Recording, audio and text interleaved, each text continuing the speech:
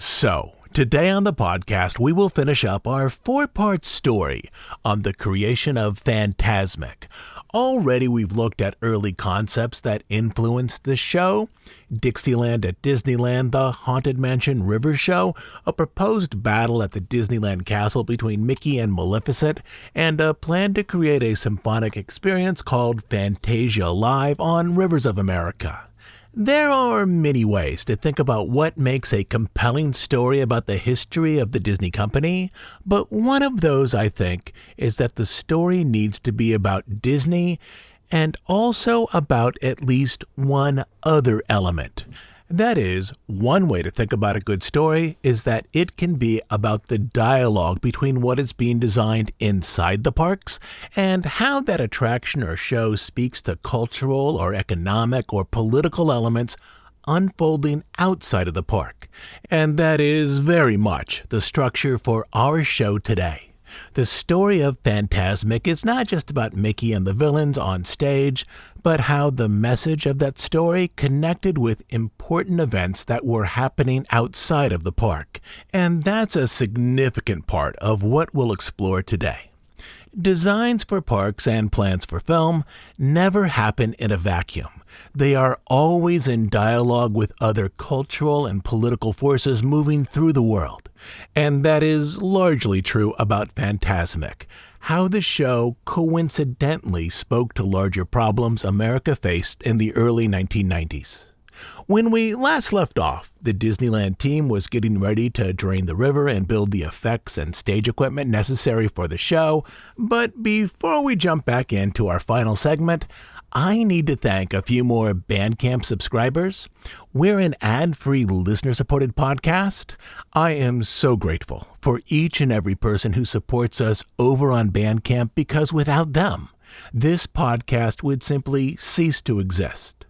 Thanks today are going out to new subscribers: Angie, Harry, Kelly, Heather, and Jenna. Thanks to each of you and to all of our Bandcamp subscribers for supporting what we do here. And now, here's the show.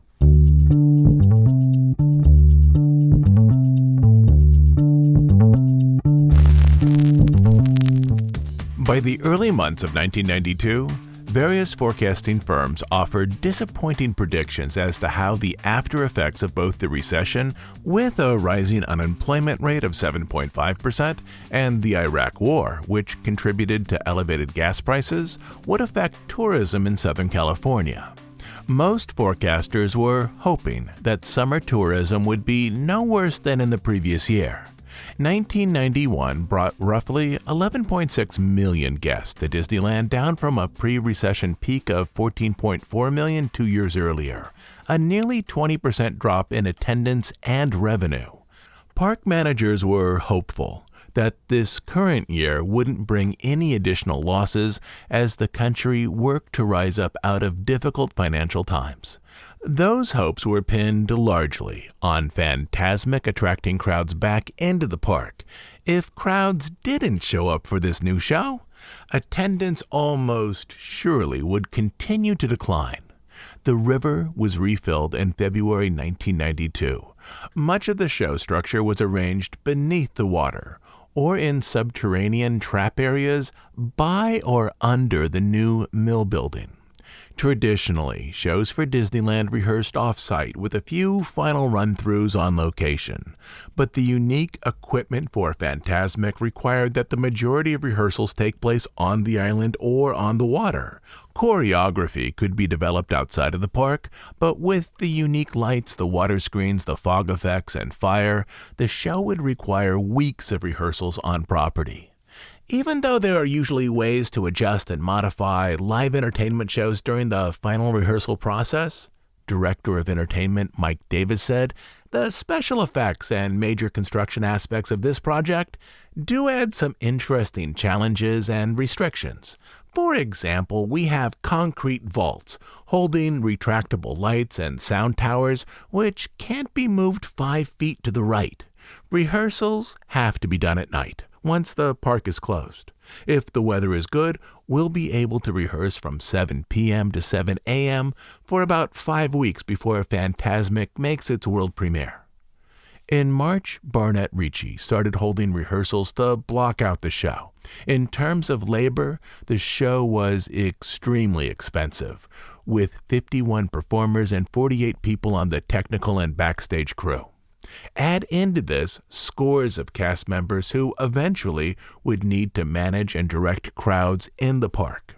The rehearsals involved not only performers, but also technicians working with new equipment, banks of lights that came up out of the ground, the water screens, fog and mist effects, fire effects, various onstage trapdoors and star traps, and of course the dragon, which was literally a sculpted head loaded with a fuel shot and an ignition system that was attached to a crane draped with fire-resistant black fabric to suggest its body. Performers needed to work in time with both the clips of animation and also the mechanical effects. If they were slightly out of step with either the film or those mechanical elements, Ricci believed it would be immediately noticeable to the audience.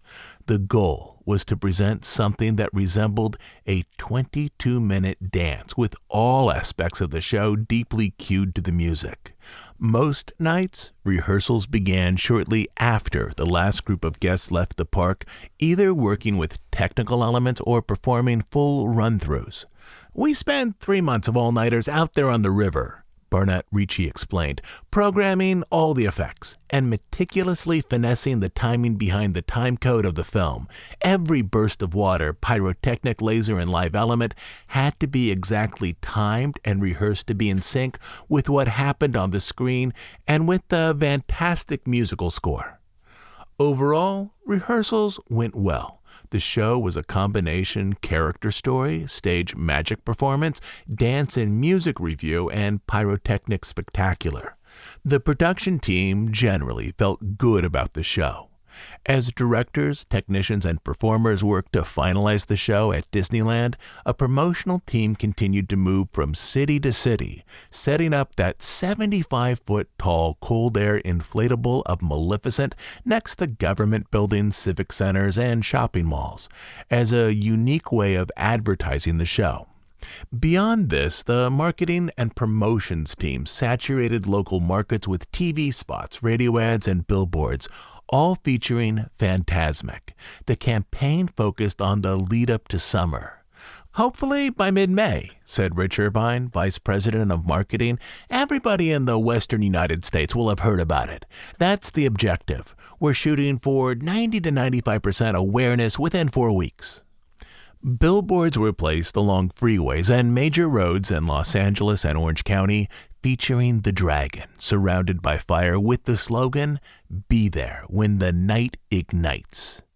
But political problems circling Los Angeles began to deeply affect theme park business in Southern California, Disneyland in particular, as 1992 moved forward. On April 29th, just a week before Fantasmic was set to have its cast member preview, the case concerning those officers who had beaten Rodney King exploded from national news into an international story. After 7 days of deliberation, the jury acquitted 4 police officers of assault and 3 of the 4 of using excessive force in the 1.5-minute continuous beating of Rodney King. Within hours of this announcement, riots erupted in Los Angeles and the surrounding areas. Protests moved through city streets with people breaking windows and throwing rocks at cars.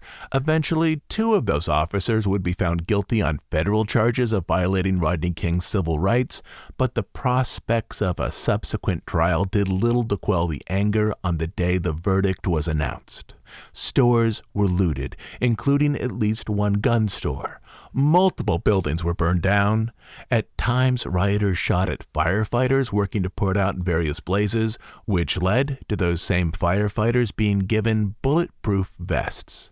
The mayor issued a curfew to manage the trouble. Still, fires moved throughout the city, largely destroying retail stores and restaurants with thick plumes of black smoke rising up into the sky.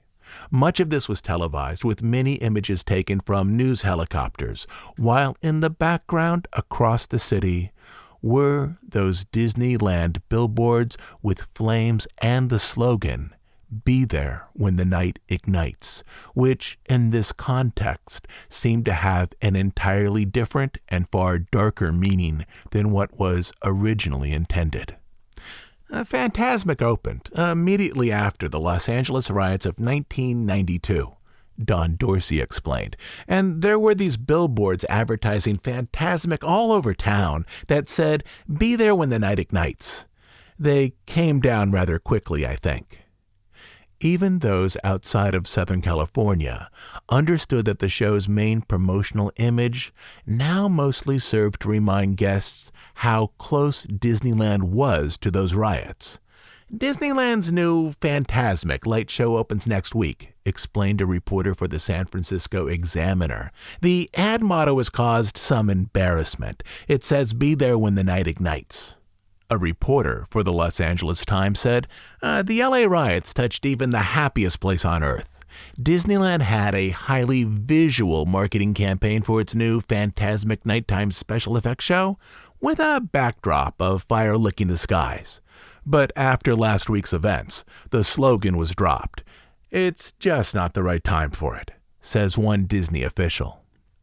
Disney wasn't the only entertainment company who needed to quickly rebrand a project.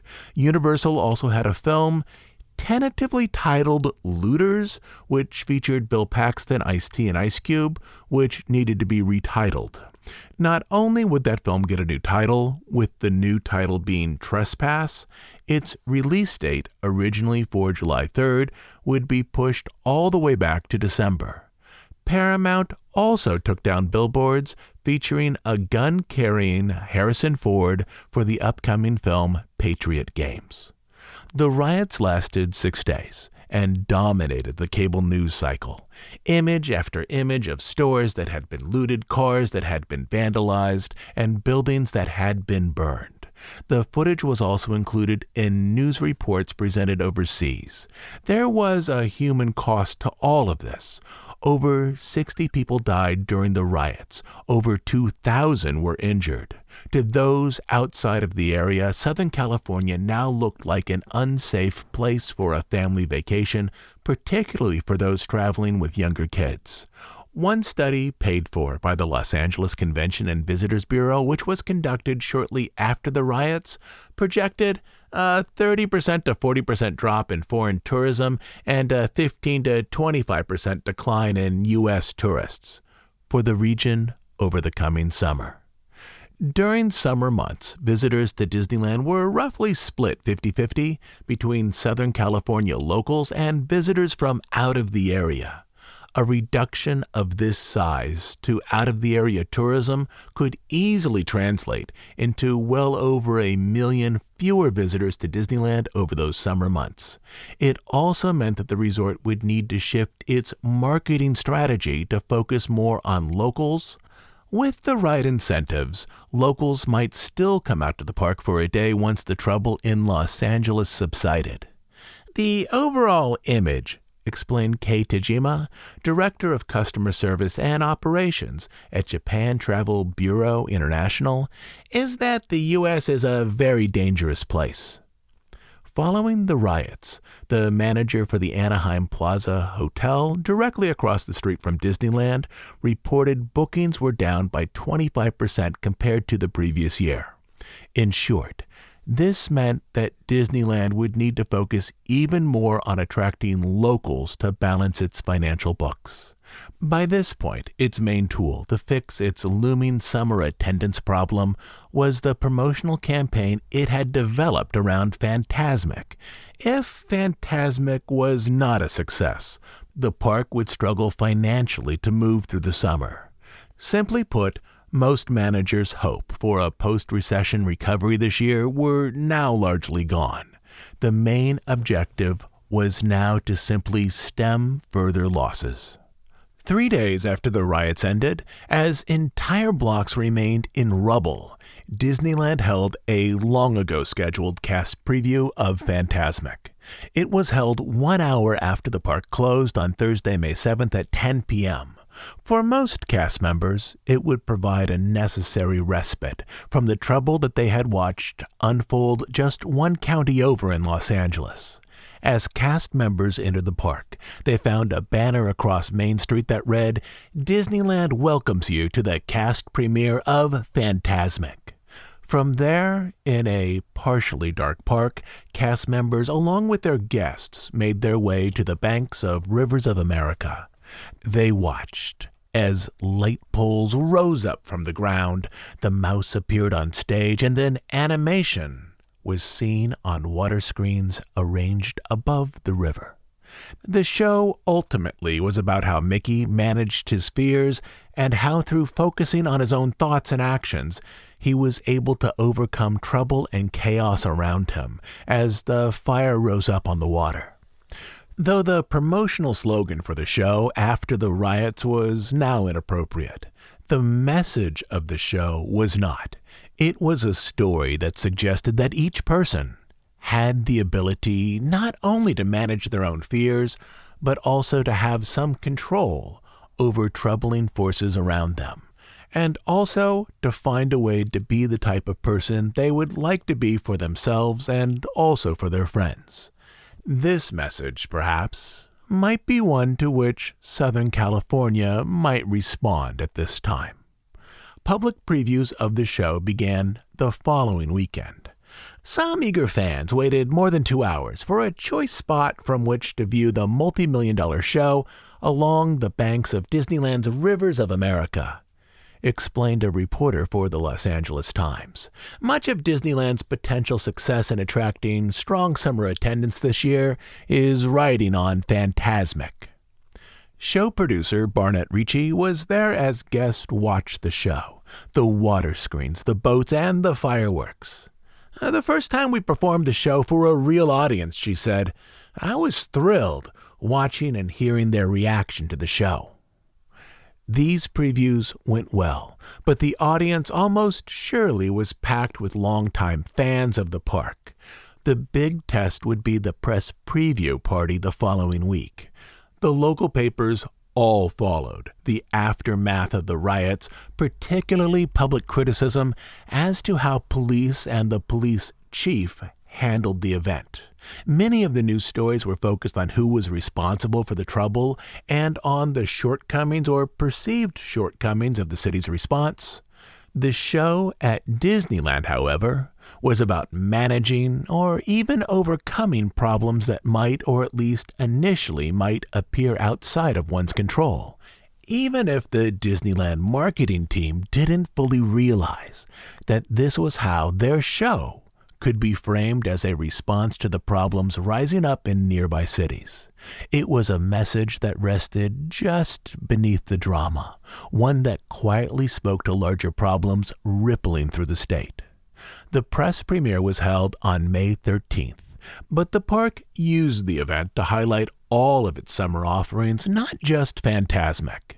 At 9:30 in the morning, the press was introduced to Goofy's son Max from the recently premiered TV show Goof Troop. At the time, Goof Troop aired exclusively on the Disney Channel, but in September it would find a much larger audience when it was syndicated as part of the Disney Afternoon. Goofy and his son Max stood on the steps of the Main Street train station next to Disneyland president Jack Lindquist. At 10:30, the press was led to New Orleans Square for a rededication of Pirates of the Caribbean, roughly on its 25th anniversary, or more aptly, 25 years and 2 months after it first opened. Just as in 1967, a band of salty old pirates showed up along with Disney designers Mark Davis and Ex Atencio, who had worked on the original attraction with Walt. At noon, the press was moved over to the Videopolis stage at the back of Fantasyland, where the Beauty and the Beast stage show was dedicated. The following day, the press would see a slideshow about the forthcoming project Toontown, but on premiere day, after the Beauty and the Beast presentation, the press had the afternoon off until the park closed to regular guests at 6 p.m. At 7:30, members of the press gathered for a cocktail party in New Orleans Square. In all, there were about 3,000 people at this press event, some of whom had come from London and Australia. Then, at 8:30, as the sky began to grow dark, CEO Michael Eisner stepped onto a small portable stage, positioned beside the river at the front of the viewing area. At one point, Disney had flirted with the idea of using a celebrity who tended to play villains, such as Anthony Hopkins as Hannibal Lecter or Arnold Schwarzenegger as the Terminator, to introduce the press preview. But then they looked at their own animated villains for an option.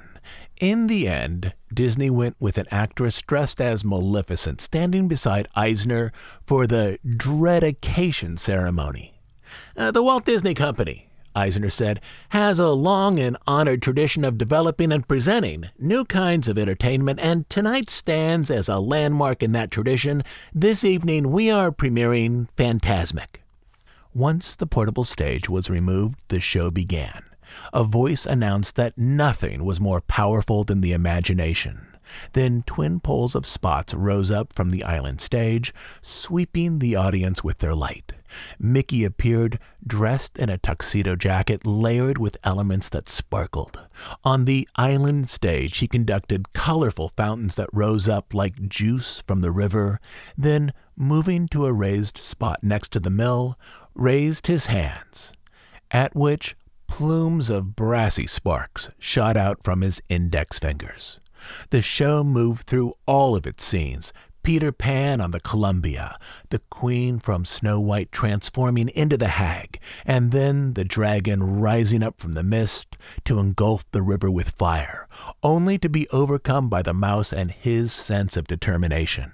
The audience appeared impressed with the special effects and perhaps even with the message.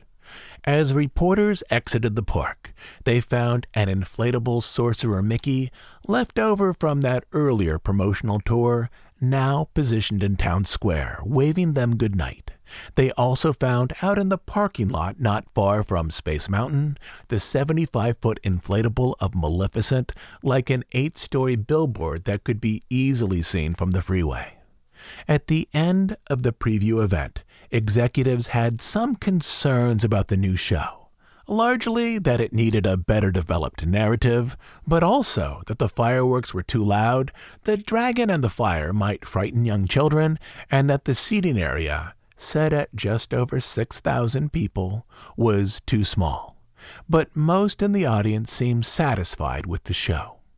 Over the next 2 days, reviews showed up in papers, which led up to the official public premiere on Friday. The reviews were generally positive. The Los Angeles Times proclaimed that Fantasmic lives up to the hype. Other news outlets were equally enthusiastic. Disneyland did see lower attendance during May, as the riots in Los Angeles occupied the news cycle. But by the start of summer, more people started to return to the park. It was clear that many of them were there for this new show. Thousands came night after night to stand at the edge of the river. Managers reported that on most nights, crowds far exceeded the 6,400 guests that the area comfortably held. Internal numbers placed a typical Fantasmic performance as attracting between 8,000 to 10,000 spectators. To better manage this problem, managers looked for ways to quickly expand the viewing area. Publicist John McClintock explained, "We re-landscaped areas planted with flowers and shrubs with grass to accommodate the crowds." If crowds continued, designers would need to rethink how the river area might be better arranged for a standing audience, but any such plans couldn't be engaged until after summer. By the end of summer, most in the outdoor amusements industry believed that the trouble of the recession, the Iraq War, and even the LA riots was now behind them. At Disneyland, managers once believed that 1992 attendance numbers would be significantly lower than they had been in 1991. But Fantasmic largely had been able to stop those losses all by itself. Even with the riots in 1992, Disneyland still pulled in 11.6 million guests, roughly what it had done the previous year. The success of Fantasmic changed how the company viewed live entertainment both inside and outside of the park. Though the once proposed Fantasia Live never made its way to Disneyland, the year after Fantasmic opened, Disney created a related show to tour the country. The show was overseen by Bruce Healey, the composer for Fantasmic, and Bob McTire, head of Disneyland Entertainment. It was called Disney's Symphonic Fantasy. The 2-hour show is about presenting the musical history of the Walt Disney Company, with a full symphony orchestra so families can enjoy it and appreciate it for all the wonderful music it is, explained a Disney rep. Then we enhance that by bringing it to life by adding Disney characters, acquired dancers, props, and costumes. The show was booked into 40 large American and Canadian cities, from San Francisco to Saratoga, where the performance, similar to how symphony performance had once been imagined for the river at Disneyland, would be outside and under the stars. In most cities, Disney would work with a local professional orchestra, with Bruce Healey overseeing dancers, character actors, and a small choir that would travel from location to location. Disney would also hire 2 traveling conductors. A first conductor, Bo Ayers, would rehearse a local symphony, for example in Seattle, and then when the characters, dancers, and choir arrived, give a performance, while a second conductor, Jim Christensen, was rehearsing a different symphony, say in St. Louis, in anticipation of the touring company arriving there next. When the performing cast does arrive, Healey said, it will just be a matter of doing a run-through with the cast and orchestra together. Typically, a full orchestra included between 80 and 100 musicians, combined with the 50 traveling performers. Each show would present a large musical cast on stage, something even larger than what had once briefly been considered for the Rivers of America at Disneyland. Beyond new entertainment, the success of Fantasmic changed the power arrangements of various divisions as they related to the parks. For years, Disney executives had believed that the primary way to increase attendance at the parks was through new attractions and lands being developed by Imagineering. But with Fantasmic, Disneyland Entertainment demonstrated that a large show overseen by them could also drive meaningful crowds into the parks. And this in itself altered the power balance in the Disneyland ecosystem. In the years that followed, WDI needed at times to provide extensive support for entertainment. Imagineers needed to rework the viewing area around the river and add elements terracing the areas beside the bank so that those standing far from the river would be perched slightly higher to see the show. As crowds continued to flock to the river at night, Imagineers also realized that they would need to redesign the area to better manage crowds and pedestrian traffic patterns. Before Fantasmic, Frontierland, and New Orleans Square had been quiet areas in the evening, but after Fantasmic, guests flocked there. At times, the audience was simply so large that other guests found it difficult to walk from Pirates of the Caribbean over to the mansion. In this, too, WDI needed to redesign park areas in such a way that at times it felt a little like Imagineers were providing design support for another division's in-park attraction. Ultimately, Fantasmic changed how Disneyland Entertainment was viewed within the company on the West Coast. It was a show that proved that expensive, well-planned stage productions could also meaningfully increase attendance, which moved the entertainment division more into that sphere which had once been dominated by Imagineering. For decades, Disney had franchised successful rides, building clones of them in other parks. But this practice was now granted to a show that had been developed by entertainment. The first place that the show would be cloned was Walt Disney World. Though back in the early 1990s, Disney had begun to develop a 20-minute musical spectacular based on Noah's Ark for Hollywood studios. That concept had slowly fallen apart, leaving plans for a proposed outdoor amphitheater at the back of the Sunset Boulevard expansion empty. The theater space, whose plans already included a water stage large enough for the Ark, was an ideal space with a few tweaks for a Fantasmic clone. This version of Fantasmic wouldn't open until 1998, followed years later by yet another version at Tokyo Disney Seas. Fantasmic was the result of many years of exploration, including for a river show based on stage magic and the theme of the Haunted Mansion. But in 1992, the show, at least in small ways, spoke to the current problems in the world, at least in a way that might be grasped by a child. It was a show that said, in essence, even when the world around you is ablaze, you still have the ability to manage your own reactions to this trouble. A story arranged into water screens and fire effects, a story which was, at least at the time, a meaningful if soft response to the problems that most people were beginning to see rise up in the world around them. I'll be back next week with a new show. As you know, we're an ad-free, listener-supported podcast. We do just two things: deep dives on stories related to the history of the Disney studio and the parks, and news and analysis of current events as they relate to the Disney company. We are funded entirely by listener contributions, specifically by listeners who join us over on Bandcamp as monthly subscribers. On Bandcamp, you will find well over 200 episodes not available in iTunes or anywhere else.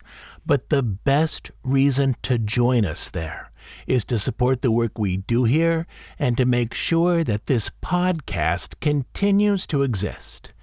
You can support us by becoming a monthly subscriber at dhipodcast.bandcamp.com. I'll also leave a link down in the show notes. So, until next week, this is Todd James Pierce.